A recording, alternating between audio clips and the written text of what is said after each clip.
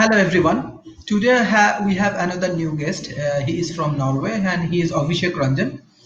He is a scientific researcher and he has different experience in science and technology field, and he will share some of his view about science and technology in Norway and COVID situations and how actually Norway cope up with these situations. So hello Mr. Abhishek Ranjan, how are you? I am fine. Thank you for calling me here, and I am grateful to you that you invited me. It's a pleasure to be here. Yes, thank you. Can you please introduce yourself, who you are, where you from, what you do? Yes, so, my name is Abhishek Ranjan, and I am doing my research here in Norway. I am doing my doctoral research, so I'm a PhD student. So PhDs are considered as an employee here in Norway. So I'm in second year of my PhD. I am basically from India. So I have done my master's from Kochi University of Science and Technology, and after doing my master's, I'm doing here my PhD.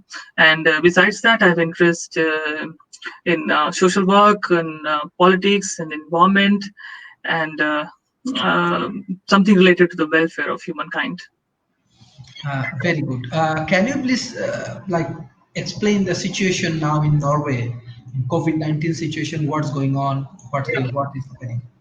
Yeah, when the corona outbreak happened here in Norway, it was an extraordinary situation, and nobody would have imagined that it would come to Norway. And the place where I live in Tromsø, and I work here in UIT, the Arctic University of Norway. It's the most northernmost university of the world. So this outbreak was unimaginable and unprecedented in so many ways. Nobody would have imagined that such an outbreak would ever take place. And Tromsø was the first city, because it is the tourist destination. It was the first city where the first case in Norway was reported. And very soon it started, I think it was the month of February when the first case was reported. And after that, it gradually started spreading, and very soon it started spreading very fast, and the epidemic was spreading like a wildfire.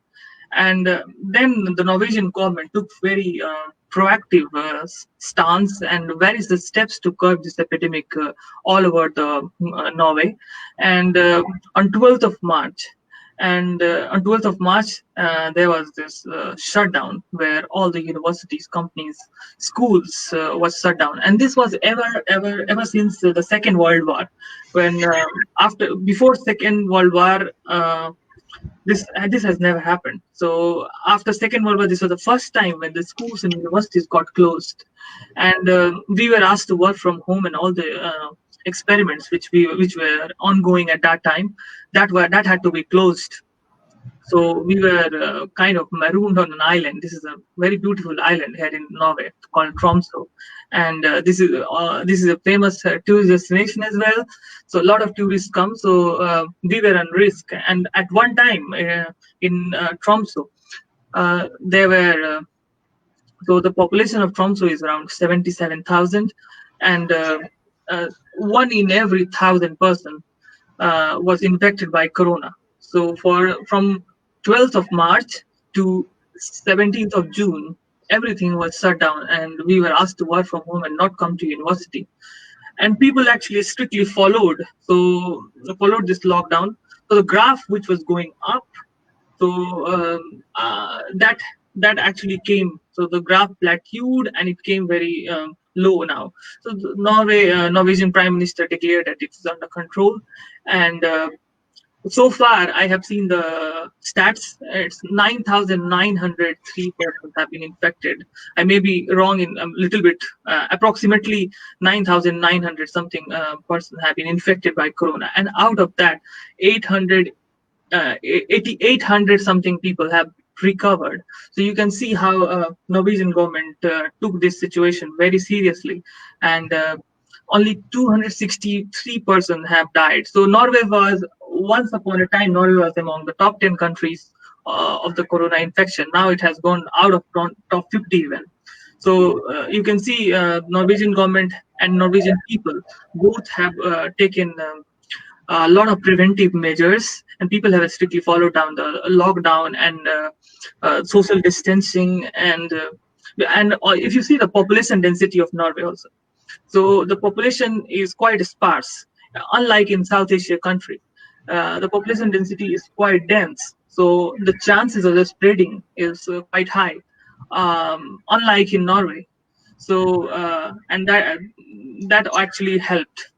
The health facilities here in Tromsø and the whole Norway, that's also quite excellent and remarkable. They take the life of one person very seriously, and they give their 100% to save that life. So here in Tromsø, I can say that only 2 people died, and they were already suffering from cancer. And the youngest person to die in Norway was 41 years old.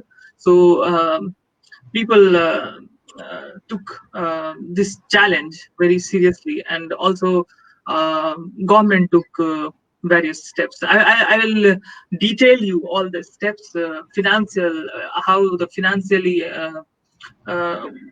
this challenge was taken, and what financial steps the government took. Yeah, so these were and then there were many steps which is exemplary for other nations to follow from Norway. Oh, Yeah.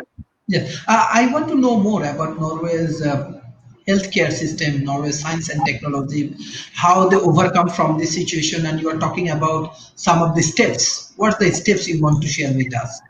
Yeah. Firstly, about the healthcare system. Let's go one by one, and the measures, the strategy, the tactics, the policies. What's that, and how it was able to curb from top 10 nations from going out. So yeah, it's similar to what other nations are following as well. But the Norwegian government is quite strict in many ways, and people are also law abiding, so they are following that step.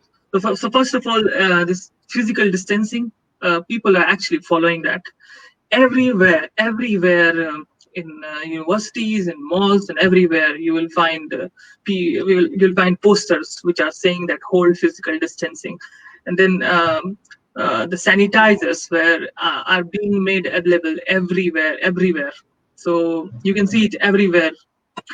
Now there is a rule for quarantine. If someone is going for a travel and you're coming back, then there is a rule for, and if someone breaks that rule, then he or she will have to pay a very large amount of fine. So that's another thing which is, and people are law abiding as well. So I think that is something which other nations have to follow. There are people in India, back in my country, who are not following this quarantine very seriously, and that is not a good scenario at all. So here there is, I think, $2,000 for breaking quarantine rules, and it has also imposed a travel restriction to many countries, including some countries, and they are constantly invigilating different nations and their coronavirus graph, and maintaining a check of people, passengers coming from there. And then, I mean, these are not new things, but they are following that. Now, the healthcare, I think I'm missing one more thing. Besides that, there is this isolation thing. So they are isolating the coronavirus infected patient immediately and tracking his travel record very seriously. And whoever is like a little bit of sick, having this cold, and they are constantly monitoring those cases. So once in April it happened that I was also suffering from common cold, and I was sneezing and coughing. So I called them, and they came immediately, and they took my coronavirus test.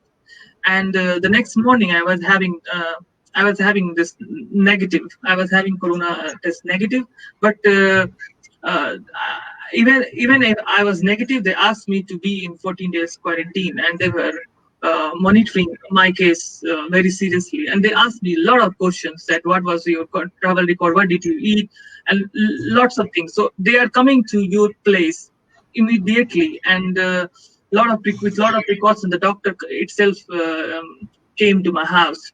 So I think that is something missing in South Asian countries as well.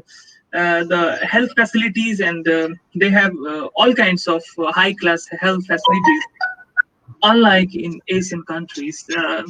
The ventilator and the oxygen, and yeah, so everything is available here. And you know that in Norway, health is free, so you can get everything for free here, and you pay already a tax from your salary, and health system is absolutely free here.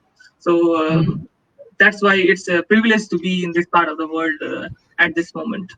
Yes, what the present condition of the business and the economic condition I want to know, because now in pandemic situation many countries actually struggling. So what do you want to share, and in terms of your research and other things, how you want to share with us? Yeah, let's go one by one here as well. As far as the research is concerned, the PhD and postdoc students, since they were asked to not come to university and work from home, therefore their contract is getting extended for 3 months, or maybe 2 months, or maybe 6 months, based on the requirement. And I think day before yesterday, I also filled this form for the extension. And government has taken a lot of stance on the economic policies. And let's go I have some statistics with me. So Norway has now, ever since this World War II, it has the maximum number of unemployed person after World War II.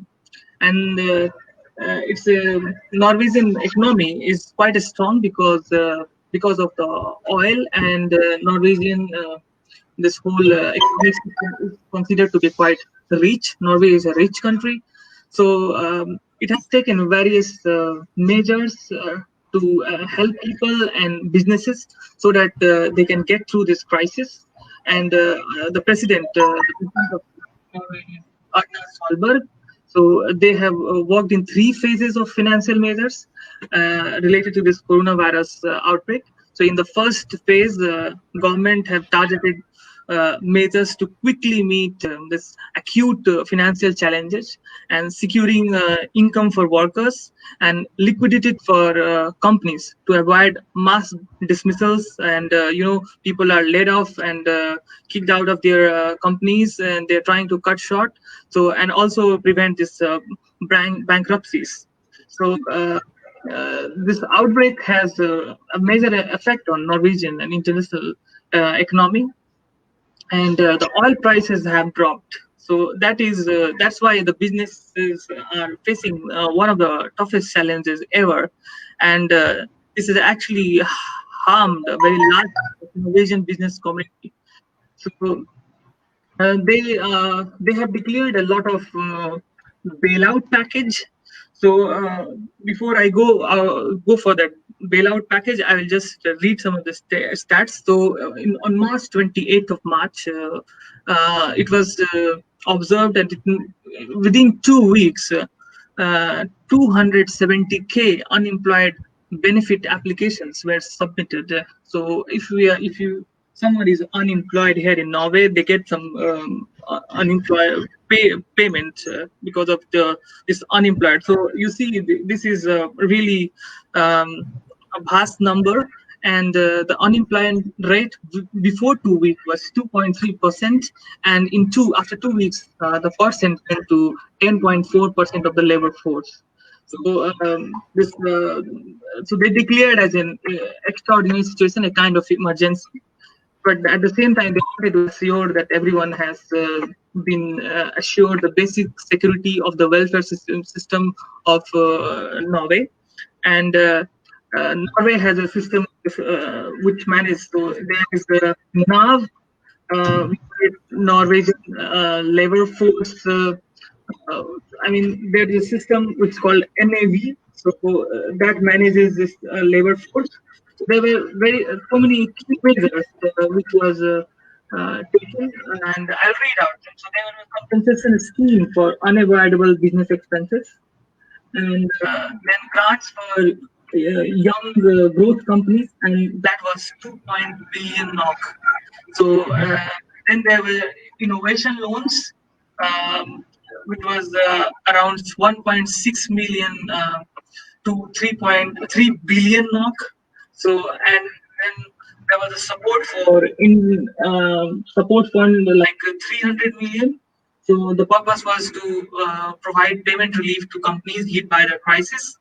And then there were grants for private innovation groups. Then there was also grant for business-oriented research. So then there was capital for fund and matching investments, and then for common people, extended unemployment benefit period for persons dismissed from work. So the unemployed and laid off workers who are approaching the maximum period of unemployment benefits will have the benefit period extended to the end of June. And I mean that was in the March. So these were some of the measures, and they extended this unemployment benefit period, and they also paid it in paid the whole payment in advance. Uh, and I mean, then so it was a kind of war being. So what happened here quite fast, and people took this challenge quite seriously. Uh, so these were some of the bailout packages which I already read, and then there is a whole lot of. I was just reading this measures, and there was a lot of things. As I told you, that for us it is 2 to 3 months extension of our contracts. So and then there was this reduced tax rate and employer contribution, reduced employer contribution and advanced tax payment. So there are many. I can send you a link. There are many stances and steps which was taken from Norwegian government in order to so that the people they just live a normal life, and nobody dies out of poverty and lack of money. Yeah. Yes, understand, understand. I just want to know, it's not like only statistics, data, and other things. I want to know actually what the real condition of in Europe, like what's going on? What do you think next 2 3 years will happen in Norway and European Union? Yeah, that's a very good question. So far, not I mean Europe was in firstly started in Italy and then in Spain, and so the coronavirus outbreak was like very much affecting the lives of people. People were restricted to move from outside from their homes, and many people lost their lives as well. But at this moment, I think people are now slowly going back to the original life, and I see that many countries have removed their lockdown as well, and including Italy. And at this moment, people are fearing another wave of coronavirus, because when the lockdown here also people, since after this semester has started, so many students have come from different parts of, and then there is this transfer of students all over the Europe. So people are fearing that we might get another chance of another wave of coronavirus spread. And few weeks ago here, a cruise came, which is lying actually there outside the university. The cruise gave 40 coronavirus cases. So people, because it's more uh, dreadful. You know why? Because people are not taking precautions, and then someone comes out from outside all of a sudden, and the spread starts spreading. So it will be very hard to contain them. So now people, and what will be the impact in the future, as you asked? So there will be, I think this will reduce the number of jobs for sure in coming future, and people will find it very hard to get a good job because and especially for the startup companies, this will hardly affect them. Even if I mean Norway can contain that, but I don't think there are other nations which will have this much seriousness and this much money to bail out startup companies. So they will be hardly affected, and in it will be really hard for them to employ people, and business will be really affected.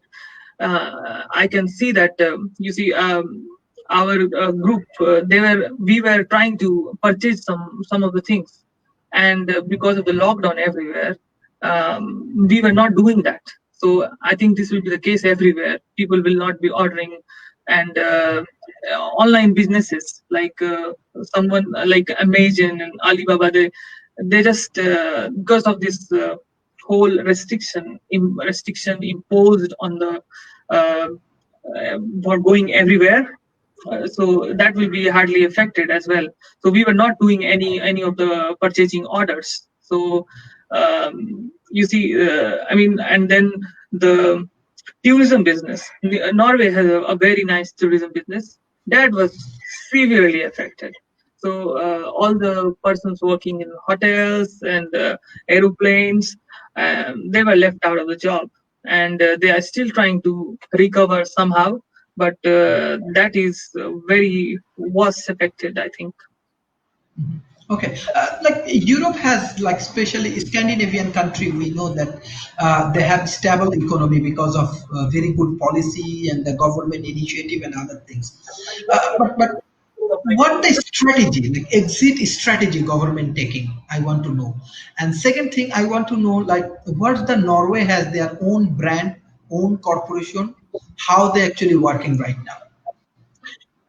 Yeah, so as you said, it right. Scandinavian countries have a quite a stable economy, and if you see the stats, Sweden is also one of them. But Sweden has adopted a different policy. So just remove Sweden for now. But overall, the Scandinavian country, including Norway, Finland, Iceland, and Denmark, they have done quite well to contain the coronavirus. So what they are thinking right now is to contain coronavirus as much as possible, and to save lives of people as much as possible till this vaccine comes out, and till there is a standard medication for coronavirus. And they want to protect their economy at the same time. That's why they are giving this bailout packages. And for those people who are unemployed because of this coronavirus and somehow laid off from their companies, they are also giving them unemployment benefits for this much extended time. And they are making sure that after this coronavirus gets over, they somehow manage to get them jobs as well. So I mean that's the main theme of their strategy, to somehow uh, try to lower the damage as much as possible. So that's the main theme, you can say. Yes. Beside that, in personally, we understand even from your Facebook profile, you have a like a keen interest on politics and the philosophy and this kind of things. So, what you learn from Norway, if you go back to your country, how you execute your learning and your philosophy and the systematic approach from Norway. That's right. Then I think that's a very subjective question. So there are many aspects of it. Um, in back there in India, when I see first of all the biggest thing which differentiates Norway and India, that's the population size. So the population size of Norway is around 5.5 million, which is the population of my own district. So you can imagine how big our country is, and in terms of population, and in terms of population density as well. So I think if I have to incorporate some policies and measures from here, so I would to go for this health reforms, and giving basic health facilities to poor people. Then basic education is also free in Norway. So that's one thing, and people are quite law abiding here. I don't see that much of devotion for obeying law back in my country. So that is something which differentiates here and India. And I think Norway has also little bit of corruption everywhere, but compared to India, it's nothing. So in uh, uh, that is a, I mean, corruption, health, education, then the traffic rules. The traffic rules are really outstanding and extraordinary. Um, People don't follow traffic rules back in India, and then the death rate is also very high. I think the most for men, most of the men die in India because of there is accidents, road accidents. So here it's not the case. People drive very carefully. People follow the traffic rules as well. Um, I think then the system here is organized and it is taking the needs of the poorest people here. So that is not the case as well. So that is something which India should guarantee as well, for that the poorest of the poor, they also have a life. They can also their life freely. I mean, Norway has a system for very systematic and organized system which manages and which secures life for the poorest of the poor, and that's why it's quite different. And you see, in India, people die of many things, and sometimes government doesn't care even. But here in Norway, if I'm going for hiking and somehow I get caught, I just call. They will send me a helicopter for me, and they will save my life. Just for one life, they will send me a helicopter. Uh, they can actually take me from here to Oslo just to save one life. So how importantly they take lives here. That is a lesson for other countries to follow its footsteps, I think. Yeah, and then there are many other issues related to environment. Norway is one country where you can't cut trees, and it is completely forbidden to cut trees. And people are so nature loving, animal loving. So I think that kind of culture India has to develop as well because of this climate change and all. So there, I mean, I just summarize many things, many aspects, and then there is a lot of other things as well. But I think in short, I think I would like to incorporate these things. And yes, of course, about the science and technology, whatever skills I have learned here in Norway, I would of course like to go back to India and incorporate those in back in my country. Yeah. Okay, this is very interesting. But in global situation, what do you think? Like in South Asia, like there are many people actually live in South Asia. Second things that we have limited of resources. Third things like what you said about corruptions or system error and many things is happening. So ultimately, what will be the future of South Asia? What do you think? You have a even global exposure. So what will be the next step we should take for South Asia? I think the answer lies in education. We need to educate our masses very well, and the population is very high, of course. But the same thing, the weakness can be converted into a strength as well. So if we have a very good educated population, so that can be converted into human resource. And you see, then and as far as India is concerned, so our population consists of people in young age.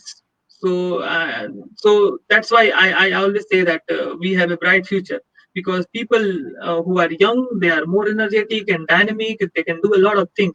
So they have a very high possibility and potential to do various things.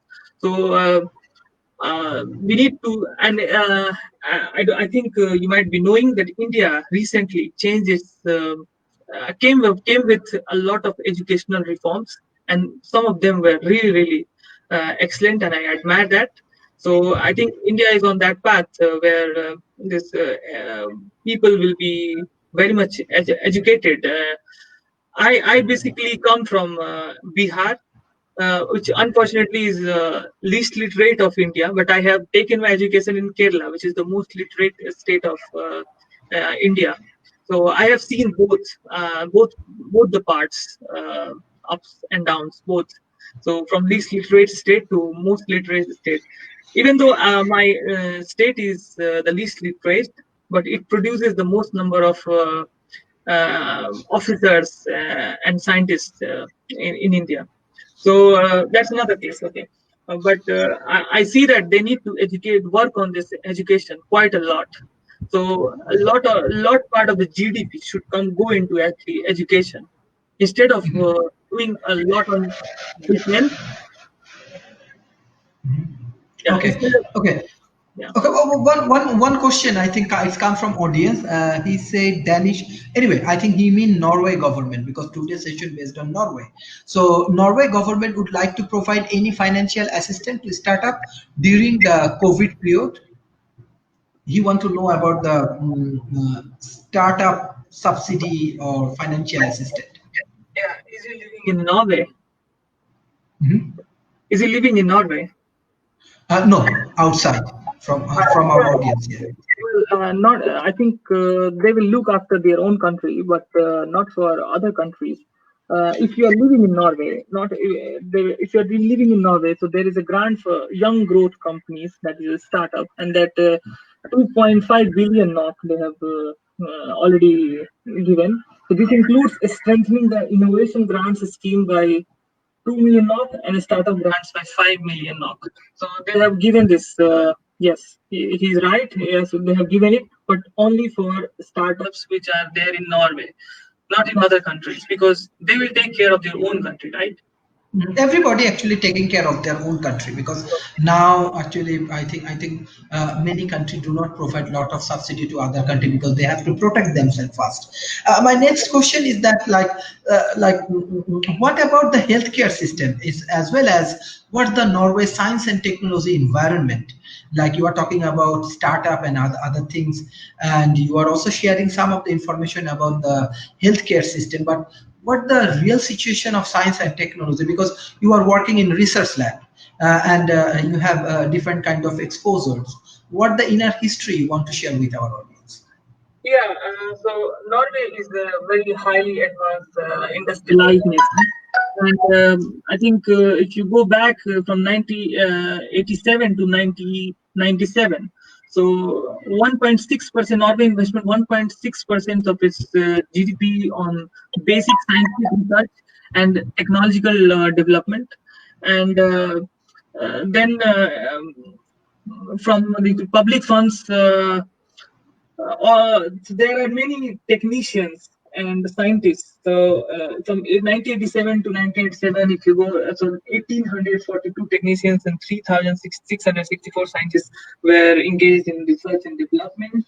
So a big part, a big chunk, they invest in research and development, and they aim for like open science and research. So, and the work ethics here is quite relaxed. So they also aim for work and life. Uh, so this is the current scenario. The current scenario actually has actually come to normal, but the work ethics. If you are asking about work ethics, people are quite dedicated towards their work and passionate about it. At the same time, they enjoy their life as well here in Norway. And the Norwegian government takes research development quite seriously, and they invest a large amount of their GDP on research development. Yes. Okay. One of the specific ideology we have from the industry that research actually not play a very good role for growing industry and other things. And on the other hand, you are talking about that Norway government, they invest a lot of money for GDP, for sustainable economy and sustainable GDP growth. What your understanding? Why people or corporate should or government should more invest on research? Yeah, you see, I don't agree with that viewpoint that research is not leading to industry, because based on research you can come up with a product, and that product will be absolutely new. And uh, every in every big company, they also have this research wing where there's a lot of development on products takes place. And that's why research needs to be taken care of. You see, all the developed nations, they take the research quite seriously. They invest a large amount of their GDP on research compared to these developing countries. What they do is that they don't invest that much on research and education. And you see, they are still the developing country. So I think education is something which needs to be taken very seriously, and research is one part. In India as well, they need to invest a lot amount of money on research, so that there is no brain drain from the country. So people from developing countries want to come to Europe and US and UK, and because they give good salary. And Indian government or South Asian governments, they don't respect that much their own their own human resource. They don't respect those minds, so they want to come to these places. So I think as far as the industry is concerned, it's totally related. You see, I have seen many startups growing from research, and there is one in my group as well. So it's totally related. You cannot separate it. Okay, this is very good things, but my question is that, like, when actually the developing nation do not invest on research, educations, even they are actually, I want to say, wasting their money on startup or many things which is not irrelevant, as well as they have system error, they have even corruptions. On the other hand, the developed nations, they are trying to move with a systematic way. So, what will be the impact in this COVID-19 situation? What will happen next few years, actually, those who actually carrying this situation? The people from developing nations will have a very tough time, and people will develop nations. Their currency will go up. They will somehow recover well. They will also have some damage, but they will recover well. But it will be hard for the weaker nations. It will be really, really hard for the people of them. And as the United Nations have already predicted, that there will be a lot of unemployment, poverty, and people will die out of hunger. So that's what is predicted. And I hope and pray this doesn't happen, but this is what the statistics say. And even in India, according to a survey I was reading, 122 million people have somehow been affected in terms of unemployment. And people are either jobless, or they have been asked to work on half of their wages. So the situation is really, really serious, grim, pathetic, miserable. And I see that developed nation people from developing nation would like to go to developed nations, but that's not possible for everyone. But the developing nation leaders need to rethink their strategy. I think they need to come up with a solution to manage. And that's why Indian Prime Minister, he gave a word called Atmanirbhar, self-dependent. People need to come with their own startups, their own businesses, companies, and don't depend on that was meaning that don't depend on government for everything. You need to be self-dependent on your own. So that was the theme given by Indian Prime Minister. I don't agree with him completely. The government also needs to be accountable for many things. And I think the same goes for Pakistan and Bangladesh as well. So they will have to rethink their strategies, Okay. come with a very foolproof plan. Yes, yes. Very good. Can you give us any kind of specific solutions in this tough situation? What the developing nation should take? What the like preventive measure they should take right now? Can you give us two, three idea? Yeah, the first idea, first of all, is to be well, to be healthy. to protect themselves from corona as much as possible. Their family protect their families. Even if they are young, they can be a carrier of corona and they can contribute to someone else who is more sick and who is more vulnerable. The first thing I think that they should do. The second thing about their employment and job, they should find their passion. They should see where their interest comes and what their passion is, what they want to do really in their life. I was reading about some of the solutions what people can do, and uh, there was this. I really like this idea that people should innovate. People should challenge themselves. They should be patient. They should really, really work hard. uh, Let me give you an example. So after this the Second World War, when there were in Hiroshima and Nagasaki, there was this atom bomb dropped in Japan, and you see Japan is a thriving economy now. So people of Japan have shown a willpower. People have Japan people and the world has to learn from them. They always have earthquakes and they always recover well. They always recover well. They always come in front. So that's the character of Japan. We need to incorporate in South Asian countries as well. So people, I think, and that's quite doable. The only thing required is the willpower and determination. So people need to think about their interests and how they can monetize that, their interests, their passions, their goals, and then work according to the plan and don't depend on other people. Like just try to. And I have seen people doing that already in my nation. There are people doing that, but the situation will be under control only when the vaccine comes, I think, and they are looking for some standard medications. Uh, I think that's the main challenge to look for the standard medication for this corona, and then only it will be curbed as much as possible quickly. Yeah. Okay, okay. Thank you for this discussion. I just want to know your concluding remarks.